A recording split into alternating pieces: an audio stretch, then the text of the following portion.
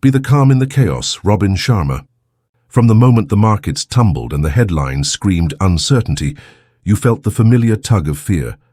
But today, you decide to breathe into that fear and transform it. You rise before sunrise, slipping into a quiet corner of your home office where the only sound is the steady hum of your own heartbeat.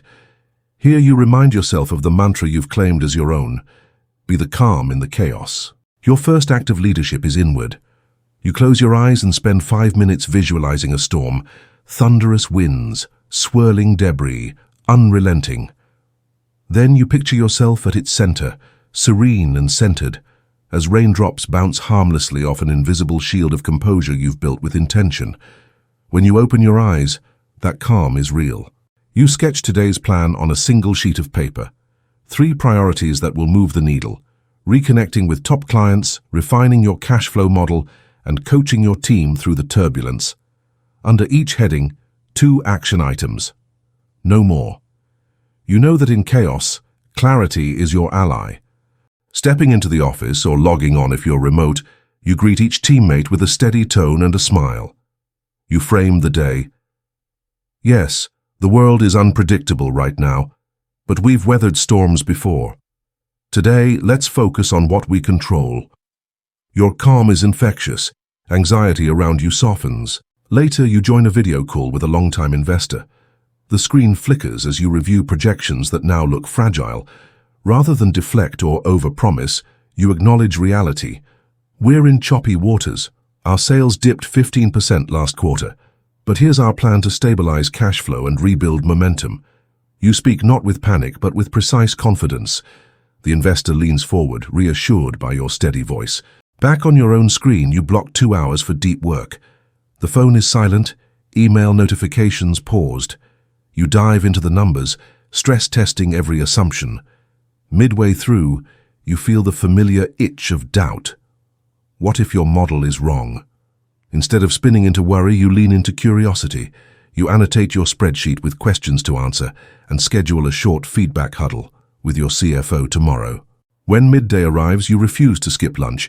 You step outside, sunlight warming your face, and walk 3 blocks to your favorite cafe. You order a simple salad and green tea, resisting the urge to multitask.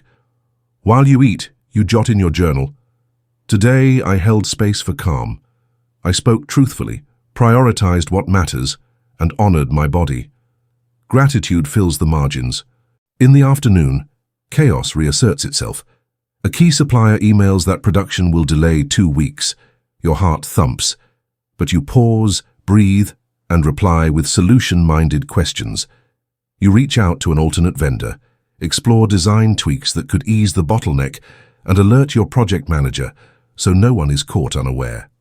Your composed pivot turns a setback into an opportunity for innovation. By late afternoon, your team gathers for a brief pulse check. Each person shares 1 win, big or small, and 1 challenge. You listen deeply, nodding, then offer perspective. Maria, your marketing idea sparked new leads even in this downturn. Let's double down there. Ahmed, I hear the supply issues stress you. Let's tackle them together. As you speak, you sense your calm ripple outward, anchoring the group. Before logging off, you carve out 20 minutes for learning. You read a chapter from Sharma's The 5 a.m. Club, absorbing ideas about high-performance habits. You underline a line: within you lies an invincible summer. You close the book and smile. Invincible indeed when you choose calm over panic. Evening comes and you resist the lure of screen time. Instead, you prepare a simple dinner, savoring each bite. You call a mentor, a fellow entrepreneur who's navigated chaos before. You share today's storms and triumphs. They remind you that calm leadership isn't innate, but practiced. As you settle into bed, you journal once more. The day's victories, lessons, and the moments when your calm bent, but did not break. You feel gratitude for the storm, for it reveals the strength of your composure. Tomorrow the world will spin on. Markets will shift, emails will flood in, and fresh challenges will arise. But each morning, you will return to your quiet corner, center yourself, and choose calm. In doing so, you light the way for your team, your clients, and yourself. Because in every tempest, Economic downturns, unexpected setbacks, swirling doubt. It's the calm within you that becomes the greatest force of transformation. Be that calm. The chaos may roar, but your steady heart will guide you through.